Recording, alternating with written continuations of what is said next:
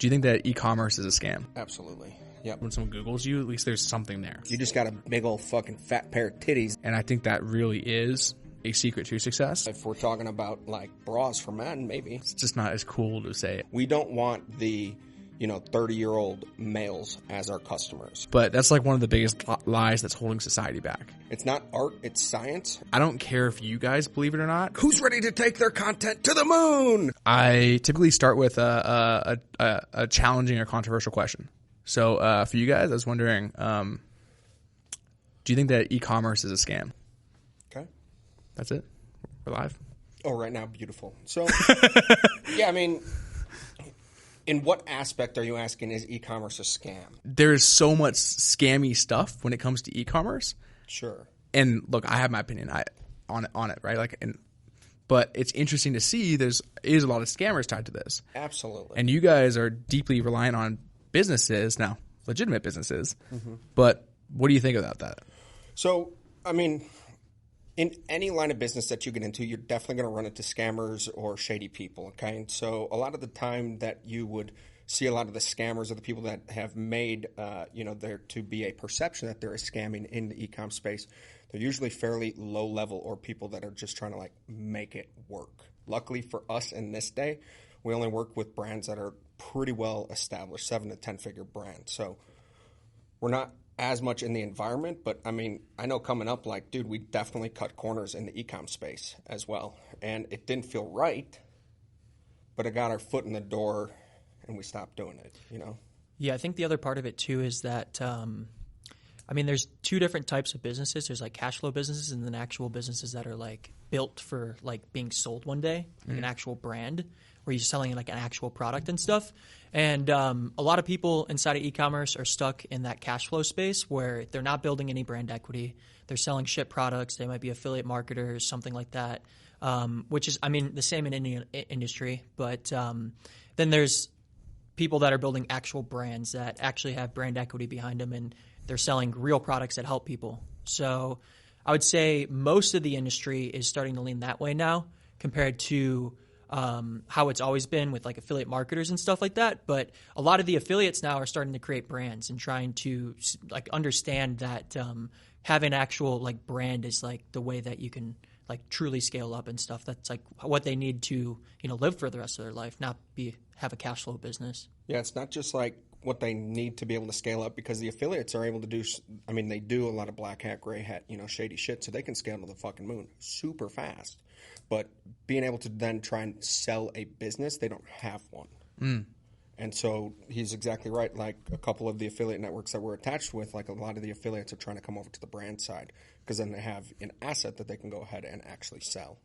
Yeah, I've seen that. So the interesting thing is like, is there used to be there's gurus and everything, but the gurus that were teaching e-commerce or like 7 years ago, it was general store.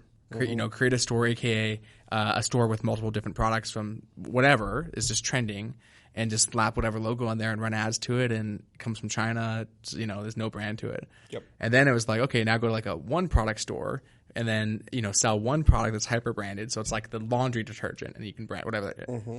And then the evolution now that I think in an e-commerce space for people who are looking at it as like a business opportunity is the brand side. Let's create a brand. Let's create a product. And it's like, it's so weird that it comes full circle. It's like, well, guess what? The secret to success was just doing good to your customers. The whole time. Yeah. Yeah. But you guys crush it. So where you guys are at, your specialty and that is creating content in a user-generated content format for other brands. They actually hire you guys to create effectively ad content for them. Scripting, producing. And I don't know if you run the ads or not. No. So you provide them with the ads. Correct. So why that as a model? Like, why did you guys create a business doing that? So to put it in context, so like not starting at the beginning, but which, by the way, CBO. What's your title? I'm just the visionary now. And CEO. Co-founder. Yeah, CEO integrator. So yeah, Tyler Stevens. On LinkedIn, it says CBO. Or CCO. CCO, Yeah. Chief Creative Officer. Yeah, I haven't changed it on LinkedIn that much. Kind of shows how much I go on Just LinkedIn. a visionary. Yeah. Period. Yeah, I passed that off to someone that can do it better than me now. So, Okay. But yeah, so when we were in e-commerce, we were creating all our own ads. So my background's in like content creation, photography, videography, and stuff. So then me and Cody met at the beginning. We got into e-commerce, and I was creating all the content. So fast forward a little bit, we were in between brands, and we decided to start the agency. So when we first started the agency, we were making performance video ads. Same thing we're doing now, just a little bit less niche. We're pretty broad, working with a lot of different companies, some personal brands, and then we started doing media buying as well. We were already good at media buying, so we decided to bring it on. So at that point, we were good at media buying, or okay at media buying and okay at content. And then about a year ago, we decided to double down on just the content. So we niched down, like hyper-focused, and now we're really probably have like pretty like one of the top like players in the space when it comes to like the brand equity established like directly in performance video content. So niching down allows us to charge more. We have more brand equity, and our systems are just hyper focused on this one thing, and everything that we do is just very detailed. And it opens up all these different product lines and different delivery vehicles of how we can sell what we're doing and stuff like that. For you guys, what's the structure on creating winning ads where a brand or a individual that's trying to grow a brand, is there a formula or is it luck? I mean, it's a bit of a sequence, okay? So the very first thing that you want to figure out is like, what are the winning frameworks that I can continue to pump content through? So a framework is a proven sequence of elements that occur one after the other. And once you have a framework, then you can very easily plug in new angles, offers, try a different demographic. So that's pretty much the order, is like you want to establish your frameworks, and then from there you can begin to test angles, offers, or demographics in a very easy to digest, version. If I'm selling some kind of product, what is that 1, 2, 3, right? So like, what's your guys, what's the product like genre of your biggest client right now? Our biggest client is CPG, so Mushroom Coffee. That's our biggest partner right now. So we're creating over 150 original brand new video ads for them a month. Wow. So 150 ads a month? Yeah, not like variation. Original pieces. Yeah, completely new angles, new ads. So what you mean is like it's not 10 videos with a different 3-second hook. Yeah. Correct. It's 150 So different videos. Yeah. That's insane. Yeah. Yeah, so that's where when it comes to like frameworks and stuff like that, we're constantly testing frameworks. So probably every month we're testing between 10 and 20 new frameworks.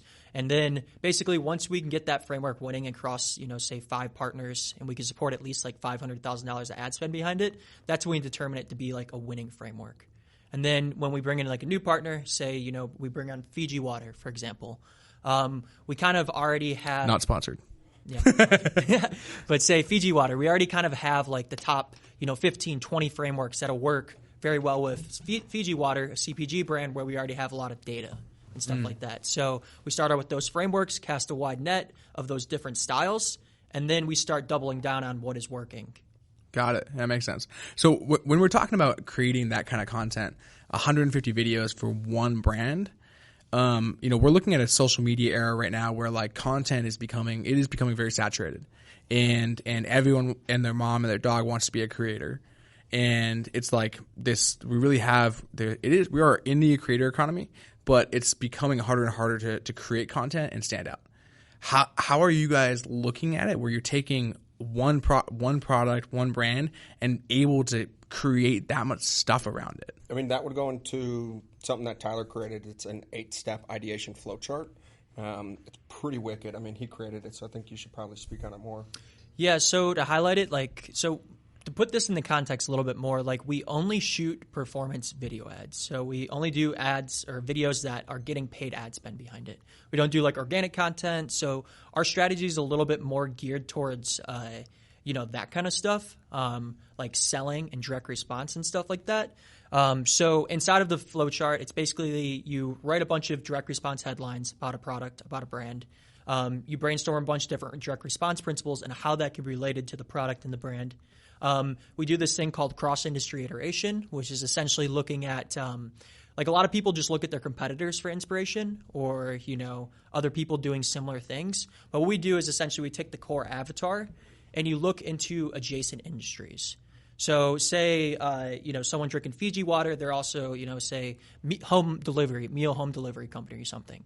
So we're looking over in meal home delivery company, those top brands, and taking inspiration from over there and then innovating it over into a new industry. Call it cross-industry iteration, similar to like the blue ocean, red ocean strategy. Red ocean, blue ocean, but same thing. And then, so these 8 independent steps that we're doing, and then we fuse all those things together. And that's how we come up with ideas, essentially. Do you have someone on your team who's paid just to be like an idea person? So all of our creative strategists, which are essentially the visionaries of our teams, they're the ones coming up with ideas. So we got like 4 or 5 of those people on our team that are coming up with ideas every week. What's the dynamic? So you said visionary. Did you guys create this company together? Did you partner at some point through the journey? Like, what's that look like? We met back in college. I actually met him at a homecoming party. We were getting all messed up, and he was filming and shooting. Did the mustache exist at the time? No, it didn't. Okay. But his nickname was Beard. Yeah, I've had the really? nickname Evil Beard since like high school. Was it still pointy with the lines on the side? Yeah. In high school, I didn't have enough going on up here to have the lines, but I just had the goatee. So then the mustache, you just like lay it upside down for a while, and now that's why it sticks up. Long time. Yep. And then I got to straighten it too. Do you really straighten it? Yeah, I have to. Huh. Yeah. Hairspray, straighten it. Yeah, kind of sucks. It's like a makeup routine. Not as fun as it looks. But anyway, so I met him, and I had just started my own first company at that time, and I needed a videographer. And so that's how we connected. We started working together, and we ended up, working really well together. That's when we got into e-com, and now so fast forward. So we did end up starting VizCap, as partners. And so he is the visionary. He's fantastic with ideas, very good with ideas, tons of them. And then You're gearing up to say, but he sucks at execution. No. I can't wrap my head around it very well. Really? I mean, like I think I'm good at it sometimes, and then I end up sucking at it, and I'm like, that's why that's why we're partners. I'm good at creating systems, operations, and implementing of those ideas. Yeah. Now, a lot of people think there's a misconception, or maybe it is real. Like there's this idea that partnerships are never work out. How do you guys stand to that opinion? I think it's always going to come down to like communication and alignment of the end vision. So as long as those two things can stay in place, and at the core you have somebody who's a good person, I don't see any reason why they should not work out. I mean, it's a limiting belief because, you can only do so much by yourself. So, 100%. You're going to have to work at some people if you have board of directors, once you get past a certain size, you're going to have people around you that, have stake in what you own, So, you're better off finding people that are, good at the things that you're not, and, building friendships with them and, becoming partners and stuff. We could do way more together than we could separately. Mm-hmm. Yeah, me and him have the relationship where we could get in an argument, and then as soon as we come to a resolution of the argument, it's done. And we may get heated during the argument, but as soon as the resolution has come to its place, we're done. We move on, shake hands, love you, because we want the best in either way. We just may have different ideas about what the correct way about going about it is.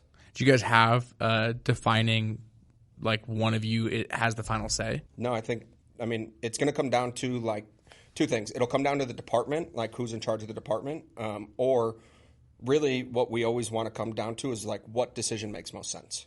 It doesn't really matter. What's logical? Yeah, what's the most logical? I'm mega logical, very unemotional. Sometimes he's like, stop acting like a fucking robot. Put some emotion into it. But, you can't question facts. You know what I mean? Facts right. are facts. And the book Rocket Fuel, where he goes over to visionary integrator roles, that helps establish it as well.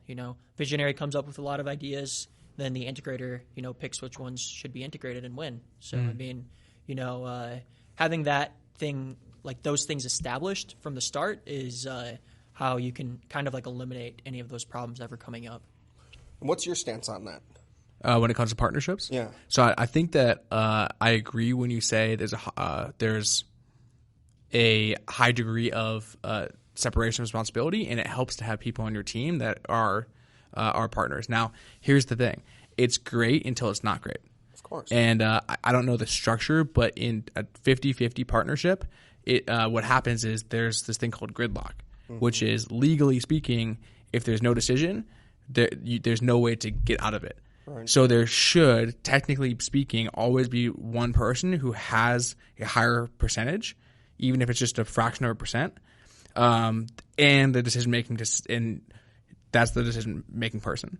And in the event something were to go awry, that person could be the decision maker. But I'm all for making money with friends.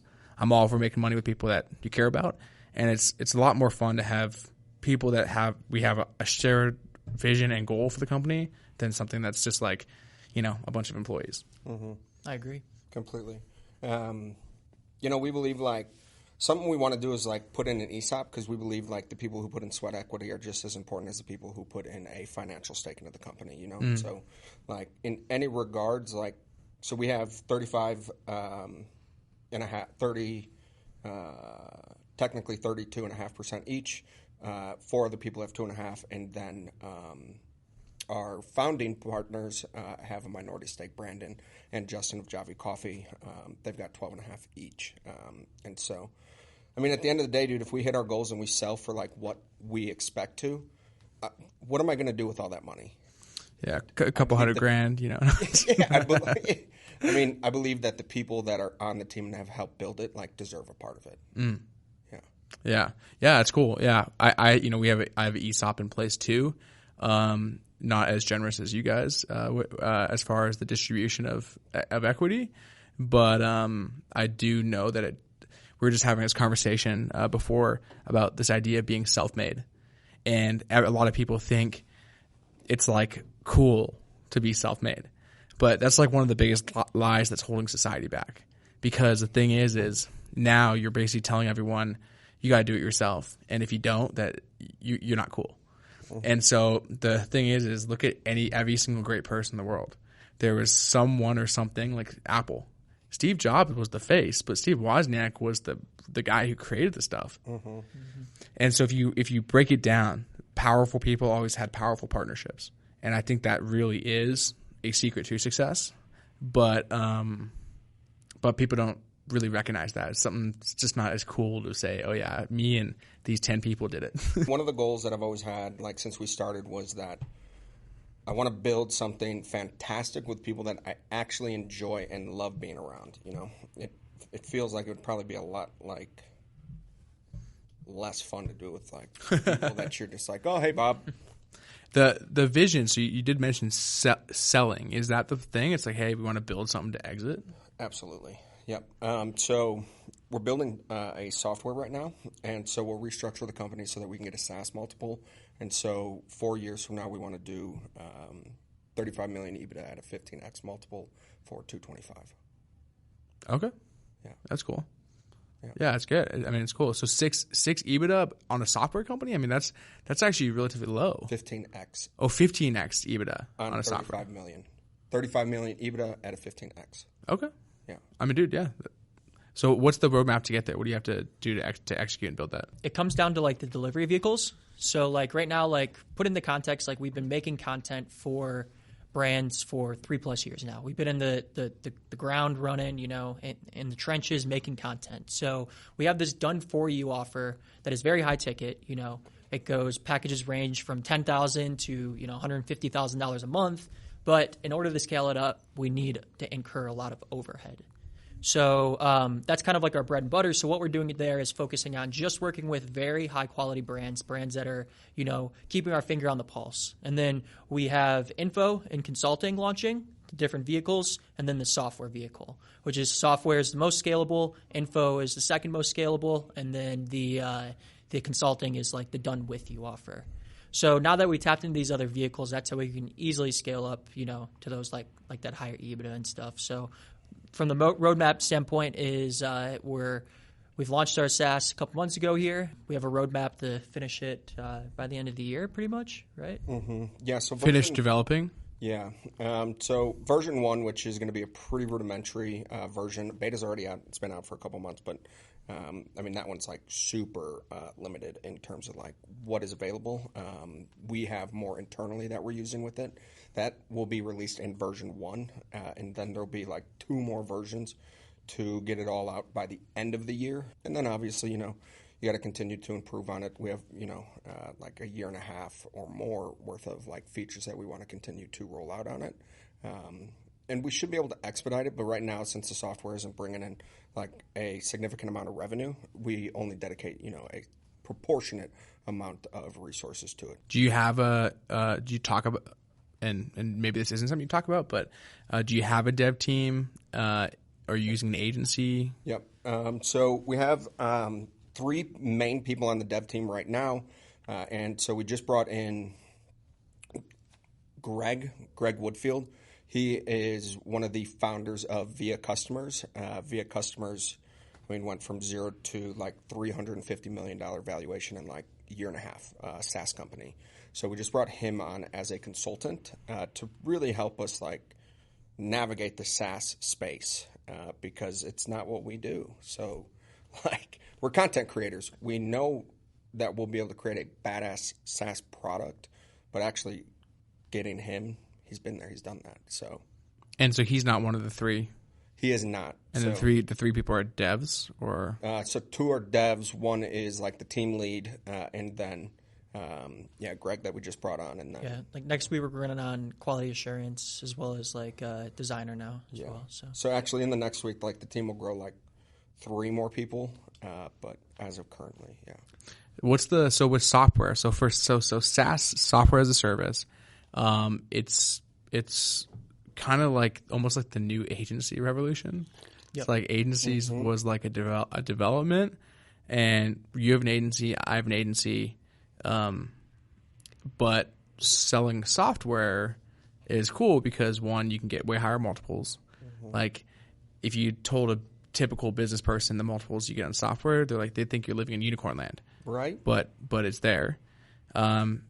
It's way more scalable, way more profitable, like all the benefits of it. And so building software, but the problem with that is like building software is hard.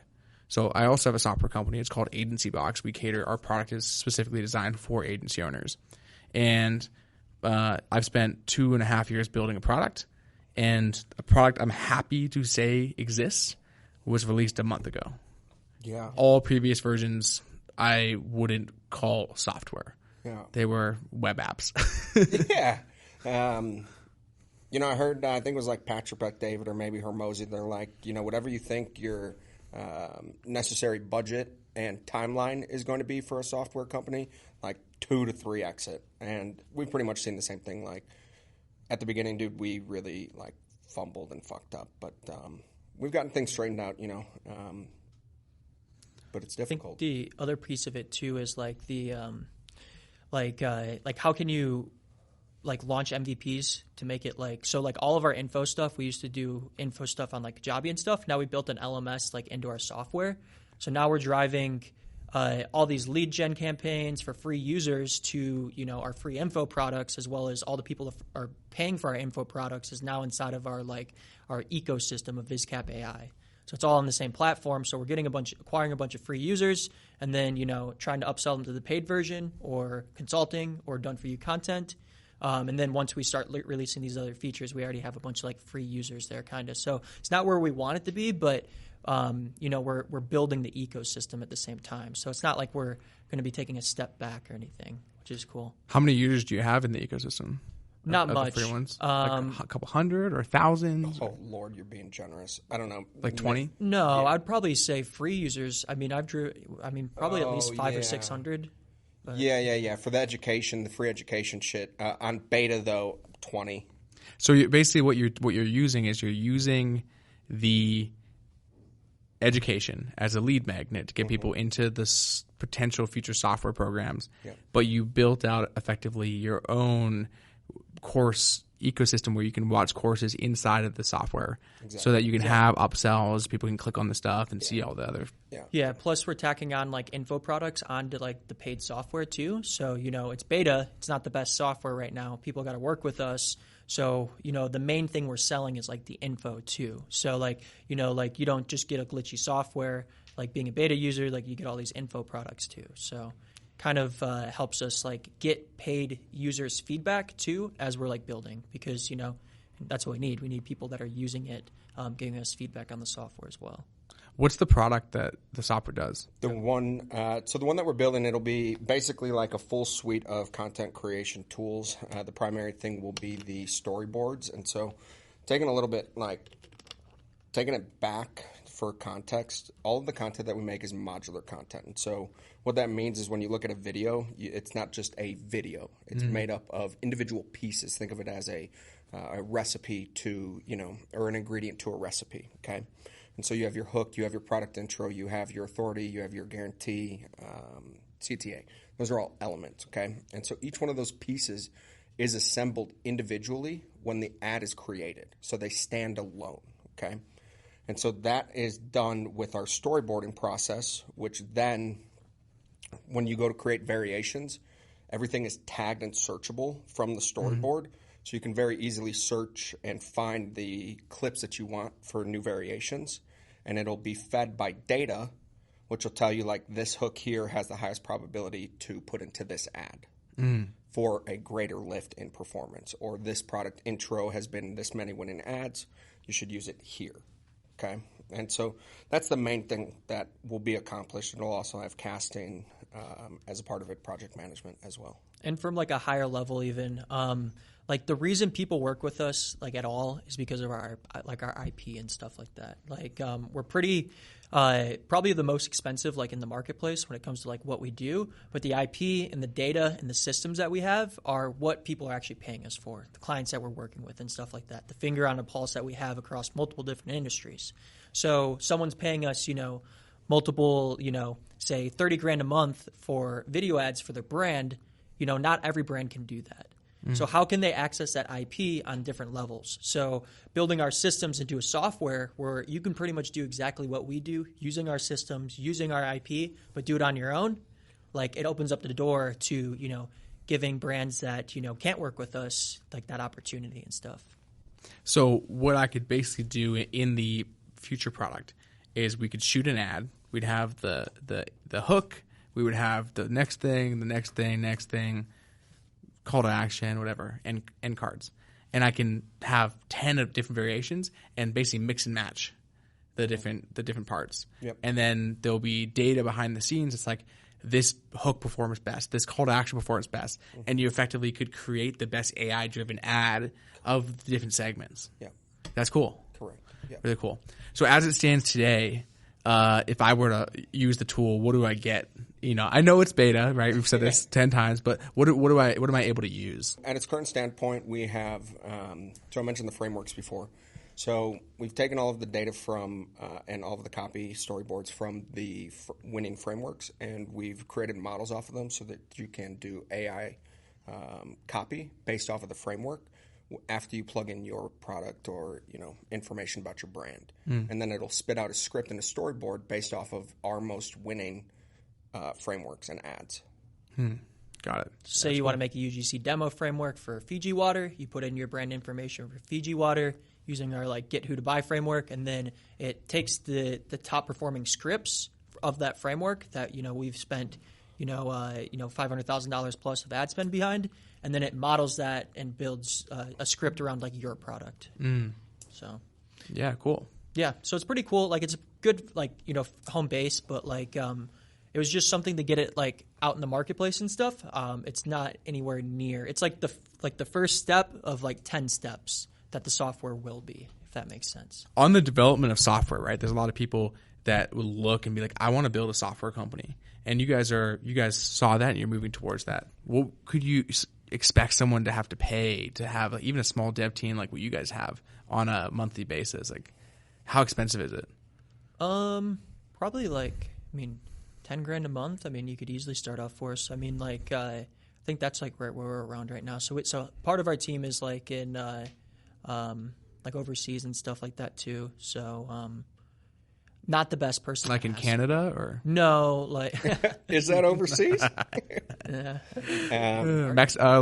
Like Bahamas, like overseas. No, like nice. Eastern Europe and stuff. So Nice, we have yeah. like person out there that hooks us up and stuff. So we're not probably a good people to ask. So I mean, like I said, like agency world, like agency operations, we're like level 10. Like our systems are about as optimized as they could get right now. But when it comes to software team or software business development, we're on like level 1 or 2. So we're still learning. So how about you? So yeah, dude. So my stuff is I saw the writing on the wall, and I see it in the future. And so there's two things. One, I have like 5,000 people that are partners of ours at Agency Blocks, people that use my software, or people that that use our info products as well. Right? We also have LMS inside of our software. Nice. And so for them, I'm like, these are all agency owners, every single one of them. And what's going to happen is marketing is becoming automated, and it will become more and more automated. So how can I continue to serve and support my community? Most of them don't have the knowledge or the ability to build automated marketing solutions. So I'm building it for them. So we have a tool that you can do press releases instantly using AI. Nice. Where a marketing agency owner could sell press to clients and get them featured 20 minutes later with just a few clicks of a button. We have a full CRM we built out. Data you can actually get. We have like 300 million data, like verified emails and phone numbers inside our system for people to get, agency owners to get the leads. And then we have email campaign tool where they can actually email, like blast like thousands and thousands of people through our tools too to contact the leads to get them to sign up. So we built out what the little things I wish existed when I was running my agency. And so I have a 8-person dev team. We have, the way we structure it is I have one guy who's the team lead. He oversees it. He oversees the designer. We have a DevOps guy. So DevOps, the guy, he's responsible basically for the hosting of the platform, overseeing AWS on Amazon. When there's domain issues, he handles all that. It's a full-time job because in a proper software development company process, you basically have 3 different pipelines of development. You have where the developers build stuff and break it every single day. Level 2 is staging, which is like where a CEO or founder would watch staging and they'd live there and they would see everything operating from that point of view and play around. And then you have production, which is the live environment that users are using. Mm-hmm. And so most companies, they try to build on production, but it's just breaking. Users can't use it. So developers, you build on dev. Founders get to test shit in staging. So he manages all that. And then I've got designer, and then we've got tech lead, and then I've got 4 developers under that. So 5? I'm actually 8 or 9 people on my dev team. And building that took an incredibly long process. I used agencies, I used freelancers, I used guys in Eastern Europe, and it wasn't until I figured out a simple solution to be able to build a dev team where I actually went and found these guys who built a $500 million company off software, and I basically convinced them to give me the guys who built their platform, show me all the systems, and install everything for me in exchange for basically just like a handshake and a hug. These guys just want to see me succeed. Beautiful. And so now we're developing features like this, and we're supporting our community by doing it. That's incredible. Yeah. So question for you. Do you think for an agency, do you think... Welcome to the VizCap podcast where we answer questions about building... But is it about diversifying services or doubling down on a single service like what we talked about here and changing the delivery vehicle? So, dude, for agency model, I think the core thing for success is having a winning offer. It's like what you do, what you sell, and your value to the marketplace. So for you guys, you make video ads. Like it's pretty dang clear. Mm-hmm. If someone wants to buy the highest and quality video ad company, they know who to go to. But for those people out there that are selling, a little bit of everything, like you're gonna get lost in the shuffle. Mm-hmm. And even if someone wants to buy from you, they don't know how. Yeah. So that's my thoughts. What about you? I would agree. It depends on like where you're at and stuff like that. For us, like we try to diversify, and it just made us it devalued us and stuff like that. when we were good at one really good thing the whole time, and we should have just doubled down on that. And then now I kind of see how we can get to where we need to go by just changing delivery vehicle, info, software, consulting off of our core offer and stuff like that. But I think if someone is in a different position, where they don't have something that's winning, but they have good clients, good paying clients, example like local agencies, potentially something like that, diversifying like the services is like the best way to go. So I guess it depends on the business model, industry, where the business is too. Agency Box originally started as a white label service provider. Nice. So we had hundreds of people come through and just agencies buying my services, reselling it. And then we added education, info products, then we added software. Now, that being said, one of the things we do, it's like agency owner, this guy knows how to build websites, doesn't know how to run ads, do social media management. He comes to us, and then we do that side of the business for him, right? So I think it's really hard to expand and scale as like a solopreneur or a small team, because you're gonna sell a service you don't even know how to provide, or you're gonna have to pay someone some extreme amount of money to do it. But if you can find partnerships or some kind of, something like what we do, we can work with someone and they can do the fulfillment for you, and you can just run the business as a CEO. That's how I would expand my service offering. Does that make sense? No, it makes total sense. We've done it before. We've done white label stuff in the past with people that white labeled us and stuff like that, where we would shoot the video content for their clients and stuff, and we would just be in the background, doing it all. Depends on who you are. It's a good place to start and stuff, but I think owning your team and stuff is the best way. It just, I think that's the long-term solution and stuff like that, but I don't know. What do you guys do for client acquisition? What's your mode of getting customers? So Stage speaking. Yeah, that's the On stage biggest speaking? one. Yeah. That's it. Hands down. That's it. That's all we do. Twitter too, pretty much it. I mean, Loosely. barely. So how do you get on stages? Having a sick mustache? It's maybe gotten me some stages. You can't speak, dude. You're just like a little peach fuzz. He's got the... No, I'm just joking. So going back to like even further, when we had done ecom, we did well at it. We joined the War Room. Ryan Dice's, Perry Belch, Roland Frazier's their mastermind. And I was just in Cabo at Founders Board. Like 2 weeks ago. Roland, yeah? Yeah, he's a G. And Ryan Dice. Yeah. Anyway, so we made an incredible network from being a part of the War Room, and so that's where we met Brandon. Justin, our partner, Brandon is mega connected to everybody, and so he introduced us to Nick Shackelford, and Nick gave us a chance to speak. And the first time I got to speak at his event, I go on stage, and I'm like, I'm wearing a fucking spacesuit, okay? Oh, what? I'm like, who's ready to take their content to the moon? And, yeah, it was pretty terrible. But you really wore a spacesuit? Absolutely. Oh, yeah. Yeah. You guys got to send me a video of that. It was like hilarious. Like early, 2020. Dude, it was right before COVID. Literally right as COVID. That was the COVID spacesuit. Yeah, this is how you stayed safe during COVID. Exactly. Was the spacesuit. Yep. And anyways. And how many calls did you get after that? 0. Oh, it didn't work?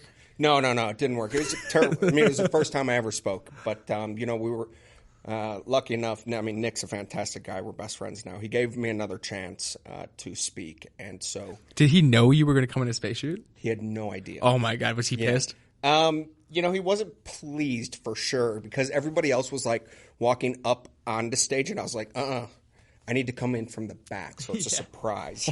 Only dude, yeah. Well, we speak. Was that your idea as the visionary? No. Yeah, that was all his. Anyways, from there, we speak at all of his events. Like, we're just glazing over this. This is like the most coolest thing. Do you still have the spacesuit? Is it rental? I still have the spacesuit. Dude, you should be doing that on every single stage you speak on. This was like an Amazon spacesuit. This wasn't like a special. Yeah, I mean, look, it's like a Halloween costume. Yeah. But it's good though. It's good. Yeah, it was great, dude. And this is pre-mustache too. So like as the ego got bigger, was speaking on stages, the mustache got bigger. Yeah.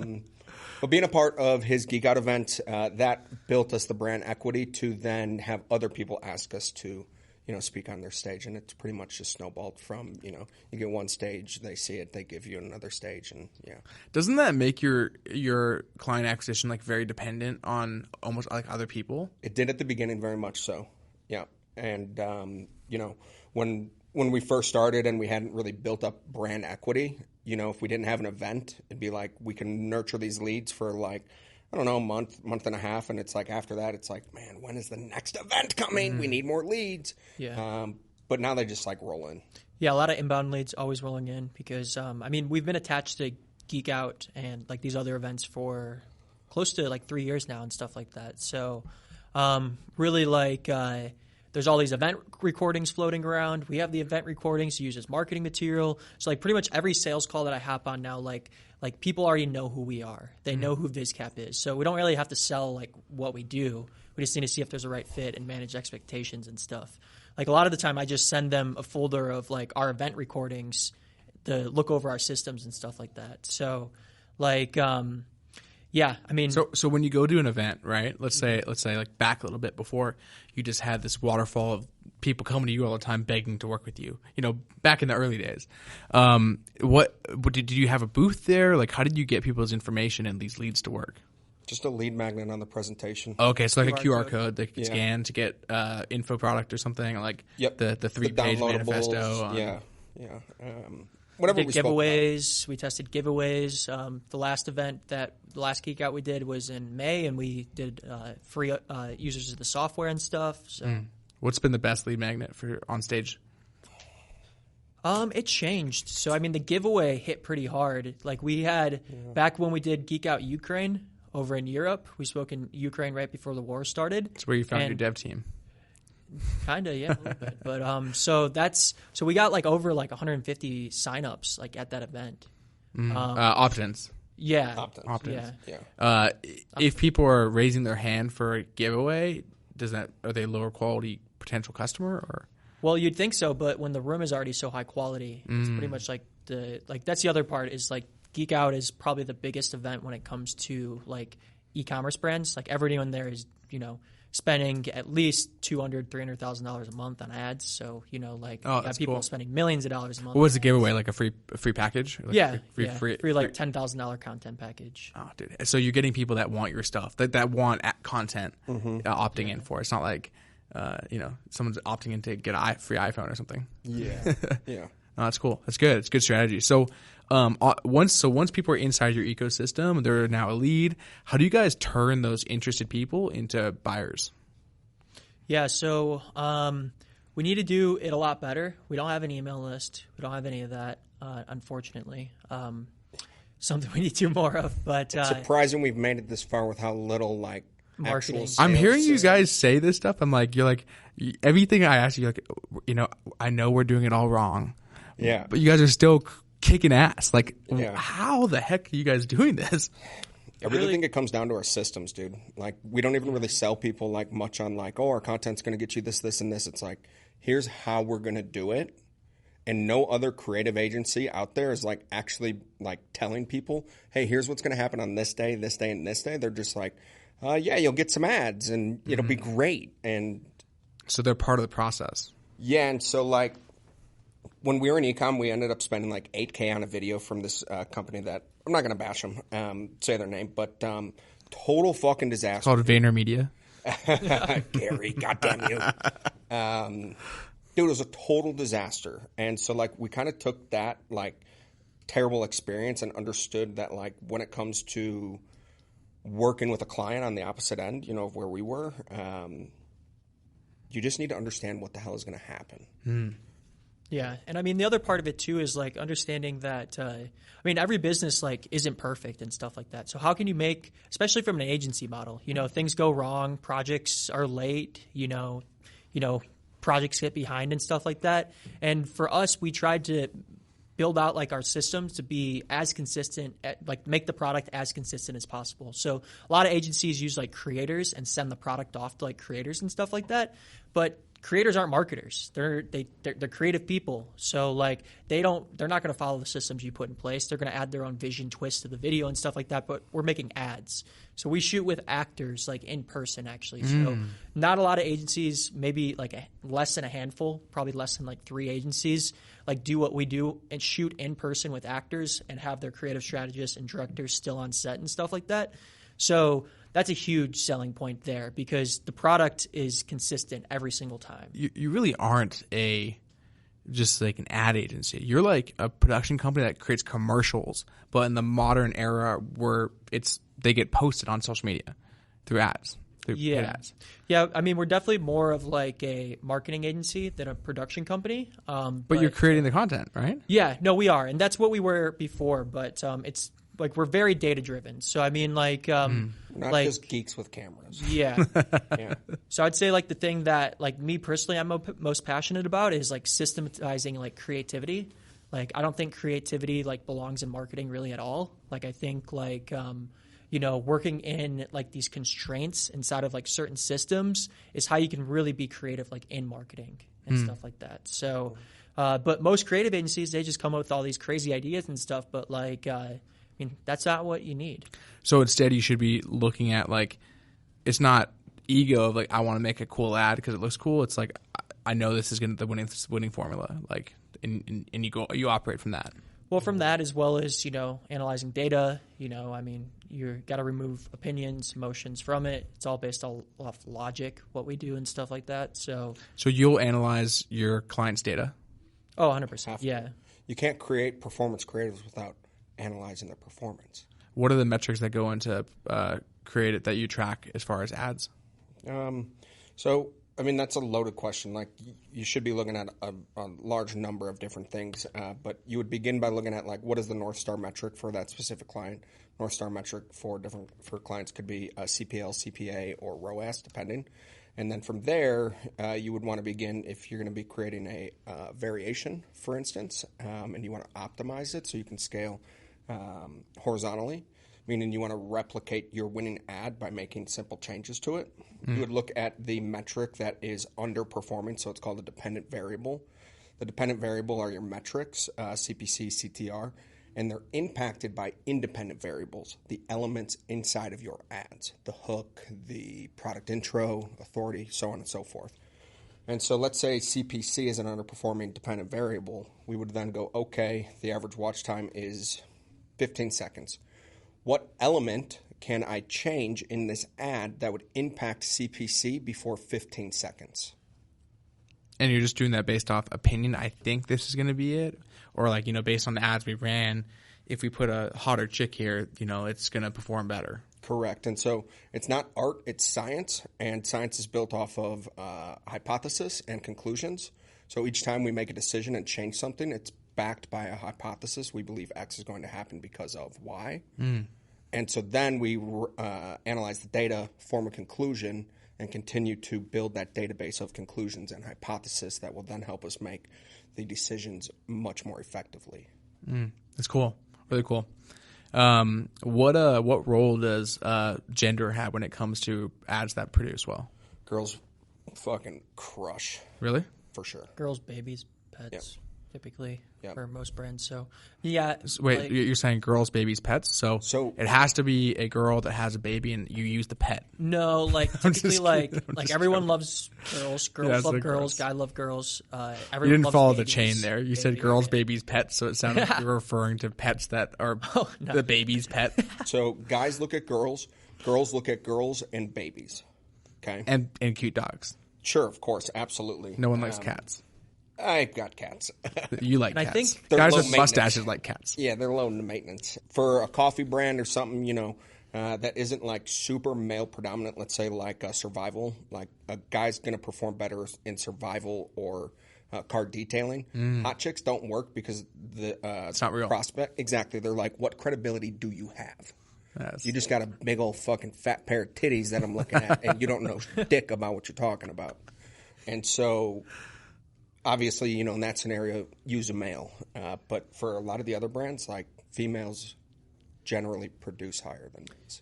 Yeah, and I want to say this. What if a man has a fat pair of titties? Could that perform well? If we're talking about like bras for men, maybe potentially. Is that one of your clients? Brasformen.com. Could be. Yeah. Sorry, I was gonna say. Lost my He's thinking about the man titties. Yeah, he's like, little sweaty cups he sees them. He's rolling like I'm just just thinking about the barrel. just pull the shirt a little wider. There we go. Oh, 10 million views. no, but I was gonna say, like what we're doing isn't I mean, we can't take the credit for it. Like direct response advertising has been around for 40, 50, 60 years. Like, and we're not reinventing the wheel here. We're just taking what has the core psychological triggers of like why people buy. We're just leveraging it in a different medium. Like it started with print advertising, then it went to radio, and then TV. And then now it's just on social, and this new UGC style content medium is just like the new medium of communication. So we're taking these principles that have been around for a very long time and just applying them in a different way, Yeah, that's cool.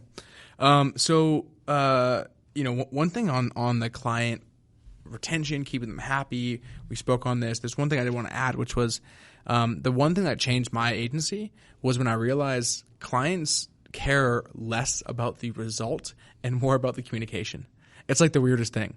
Like you could literally do nothing for them, but if you email them every week and say, hey, just want to give you an update, nothing's been done, like they would stay with you for like probably like 2 or 3 months, even if you didn't do anything. If you just weekly told them, hey, like haven't started yet, we'll start soon. Yeah. Which is the craziest thing, because if you're getting amazing results for them, but you don't communicate with them, they'll be done. They won't be paying next month. That was one of the things that like we had experienced when we worked with that company previously that we got the video from. So very early on, it was a requirement of our account managers to communicate with them every single day, whether it's good, bad, or ugly. Here's what happened. Here's what we accomplished. Here's what went wrong. Here's how we're going to fix it. When you say the video, what you're referring to which one? When we were still in e-com and we had hired that company that we paid $8K got for, it. Yeah. They didn't communicate dick to us. And so we're hitting them up. We're like, dude, where is our video? And for us at the time, $8K was like a lot of money for a video. We were like, for anyone, it's a lot. Yeah. Communication is key, dude. They just need to know what's happening, and we should always tell them before they ask. Yeah, and I think it comes back to a lot of like sales things too. So I mean, like with high ticket sales, like people like buy and continuously buy from people that they like and trust. So if you can build up the trust and they like you, like there's a good chance that they will continue buying from you. So you guys are in the world of creating content. This is your business. You run an agency and growing into a software company, but both of you guys have pretty small personal brands. Is there a method for a reason for that, or you guys just haven't put attention there? We're starting right now. Yeah, this is a start. Yeah, we both started like tweeting a few weeks ago, like consistently. All right, guys, can you please go follow them? We need to get them over 1,000. You're a little higher, but yeah, we'll grow you from like 830 to like over 1,000. 330. You're at 330? Yeah. Oh wow. On Twitter, on IG. Yeah. Yeah. So I'm doing a bunch of videos too. So I'll have 3 videos going out a day within the next week and a half. Nice. Yeah. It took me a long time to realize like that we should have been doing it this whole time. Yeah, major regret. Our partner Brandon that I mentioned earlier, the whole time, like since we started, he's like, dude, make content. Fucking make content. And you're like, I don't know how. Yes, like never heard of it. How do I do it? There's a thing called storyboarding. So basically I have an 8-step system. And what you can do is you can go to viscap.ai and actually sign up for my list. Sick. I've heard of those guys. Yeah. I heard the CEO is pretty cool. Yeah. Mustache. He's a mustache guy, yeah. So I'm saying he would blow up pretty quick. Dude, right? he would. Yeah. We got a couple clips here that'll do well. So for sure. Yeah, huge regret, dude. Like say something controversial before you say that. Oh, you don't want to do that. I'll stick it in. Okay, sounds good. Stick it in here at some point. Stick it in where? Well, the back door with no lube, of course. Brasformen.com. Yeah. Get yours today. Huge regret. As soon as I started like writing out tweets and being able to provide value to the community, dude, I was like, man, I should have been doing this the whole time. Like it's very fulfilling. It's very fun because it's the ability to do what we do on stage, but in a much different format, and you're able to do it more constantly. And I'll tell you, like speaking on stage and sharing with, people that are there is like, there's no better feeling. Yeah. Took me a while to get over it. I was very introverted at a while, like for a long time. So I've spoken on stage like 4 or 5 times now, and like I'm finally like better. But at first it was like rough, and I think it's the same thing with doing it, on social and stuff. But yeah. Have you spoken on stage? Yeah. So the biggest audience I spoke to is about 3,000 people. There was 1,500 in person and 1,500 virtual. Yeah, that's good. And then I've done a fair amount of other speaking engagements. When I talk about building a personal brand, because that's really what our agency specializes. You guys specialize in content creation. We specialize in personal brand development. There's 3 levels. At the bottom is authority. So you need what's a baseline level of social proof. I don't care if you guys believe it or not, but the world operates on immediate first impressions. And if you have 330 followers, people don't care. Nope. Who's this guy? Why should I follow him? If there's no story, you don't have a personal brand website, you don't have press writing about you. So the foundation is you got to establish that stuff. So when someone Googles you, at least there's something there.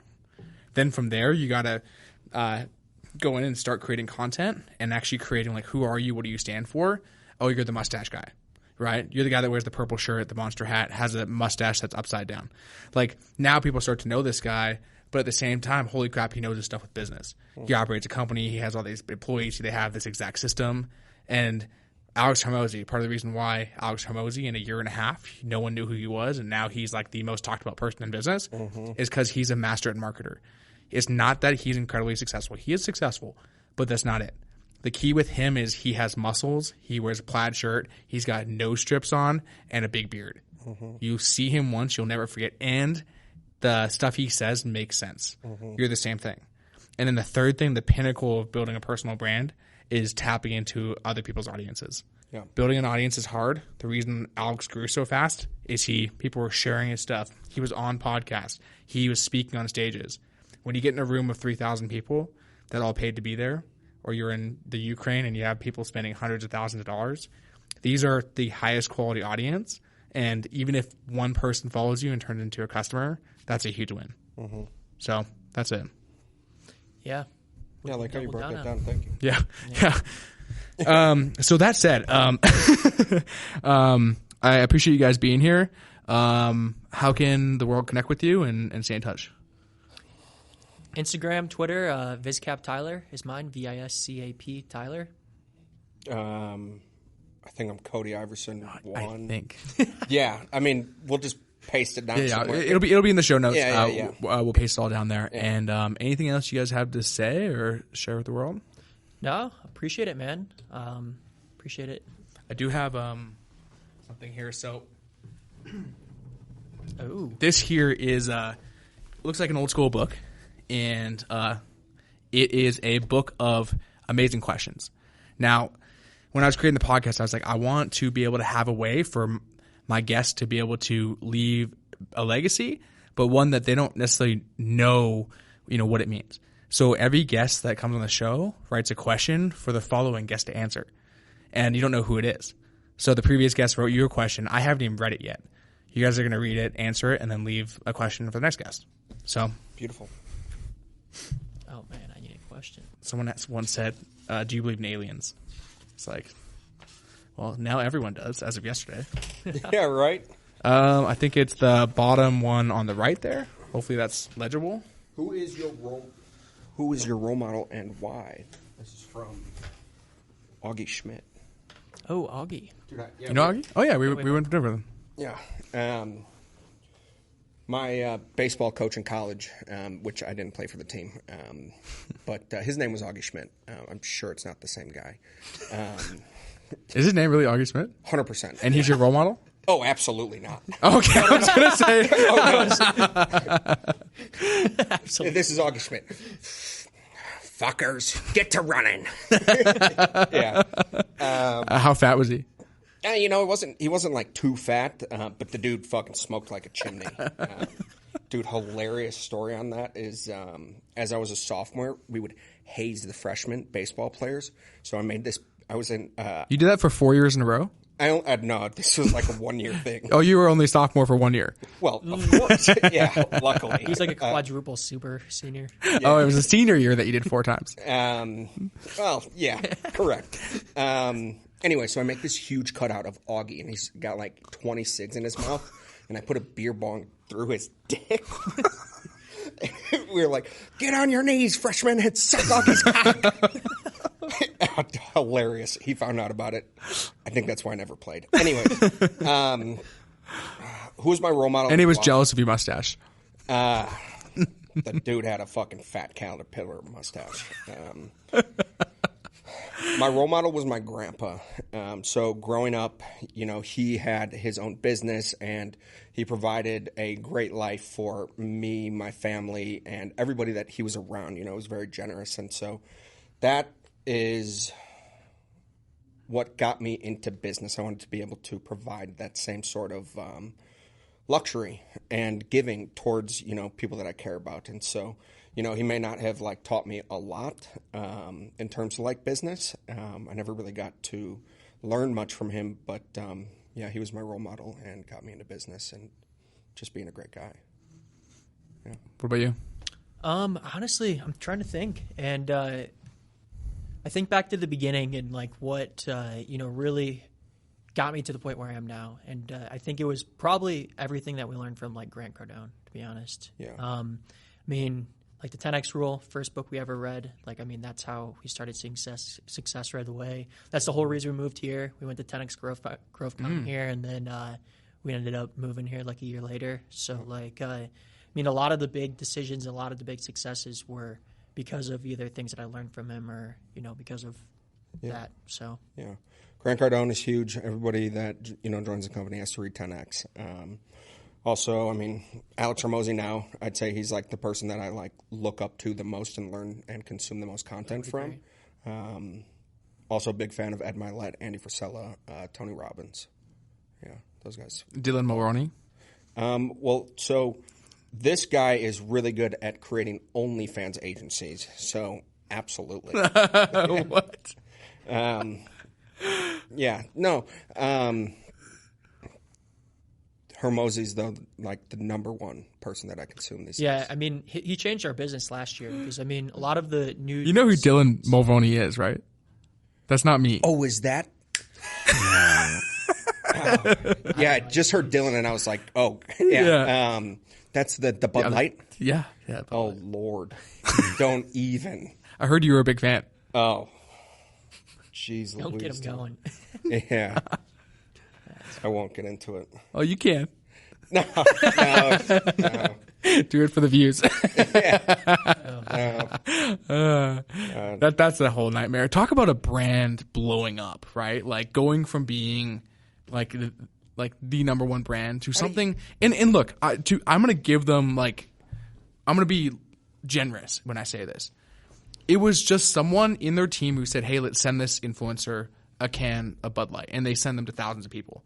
And there was no one there. There was, of course, people saying, "Hey, let's be more inclusive" and all this stuff. But it's not like they sat, the CEO and the executive team sat around the boardroom. It's like, I got an idea. Let's send one can of Bud Light to this somewhat relevant trans influencer, and the whole thing just snowballed. And it was you would never predict that. You would never predict that the world would turn on them so much for that one can. But they didn't know their audience. They didn't know the demographic.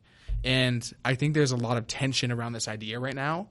And people are getting, friction. There's being taught in school, this stuff. And finally people are like, this is enough. And this was Bud Light happened to be the target for this. Yeah, it started even a little bit earlier, at least for the trans thing, Bud Light was definitely the first, but Balenciaga too, they got totally fucking burned earlier. But the lady who made the decision. I think, right? What? Wasn't that one child shit? Yeah, exactly. Balenciaga? Yeah. Oh, child labor or something, or what? No, dude. Porn, so, I think, right? they put out an ad campaign, and it was children wrapped around with a lot of BDSM shit. And so then if you zoom in closer into the pictures, or the props and shit, they had a document there that was a court case about child, pornography or something like that. But it was very insinuating of what they believe in. And again, they blamed it on like the shoe company, Balenciaga, yeah, or like the fashion company. Yeah. It got canceled hardcore. Super hard. And so then you look into like the dudes who actually own Balenciaga and the other companies that they have, and like the one dude owns a like an art company, and all the art is like child porn. Whoa. All the art that they sell is child porn. Yeah. Super, crazy. But going back to the Bud Light thing, the lady who ended up like getting shit canned for, making that decision, like she was basically saying, like she threw the customers under the bus. She was like, we don't want the, 30-year-old males as our customers. I saw that. And in her background, there's like a crayon drawing of like a pride flag. Yeah. It's like, it's like you gotta know the people who are 99% of people are buying your stuff. Yeah. And not say you don't like them. They're frat guys, dude. But what's crazy, the crazy thing though is like that girl, yeah, she's lost her job and she's on to something else. But really the people who got screwed by it are the people that ownership of the company and the tens of thousands of people that work for Bud Light. Yeah, I mean, I find it really hard to believe that like that decision did not get communicated up the chain to a certain point where somebody was like, I don't know about this. Like, I don't think that there was as much of a blind eye as they like perceive there to be. Do you think you think that they knew like, hey, we're sending this can? Because I think you do. For sure. I think that there's no way. Like, I think that there's someone here who had the final say, and it might have been that girl. Nope. Target just did something really similar. Super fucked up. That. North Face just did it. And so you're telling me that all of a sudden, just so happens that there are three rogue employees at three different massive companies that are like, you know what I'm going to do? I want to put some pride or, LGBTQ out there. Without anybody saying like, I don't know about this. Absolutely not. So you think there's like a coordinated mission? Anytime that you see something blow up in the way that it has, there's usually some sort of like agenda behind it. Well, dude, join us for part 2 where we talk about conspiracies. Conspiracies. Yeah. Conspiracy theories. Thank you, dude. I appreciate this opportunity. Yeah, thanks for being here. Thank you, man. That was good.